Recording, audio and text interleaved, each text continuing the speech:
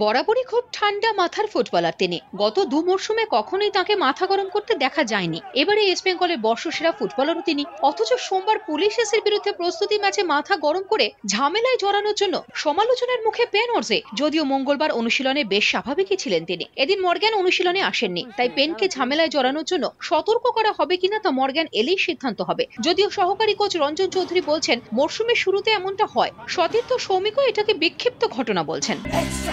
টিমের ভিতরে যে কম্পিটিশনটা থাকে সেটা মাঠের উপরে ফুটে ওঠে, তাই এগুলো আকসারই ঘটে, এগুলো সাংঘাতিক কোনো ঘটনা নয়। দেখতে হবে যেন পরবর্তীকালে এই ঘটনা আবার না হয়। মোস্ট ওরাই যেটা স্টার্ট করেছিল তারপর থেকে আমাদেরও মাথা গরম হয়েছে।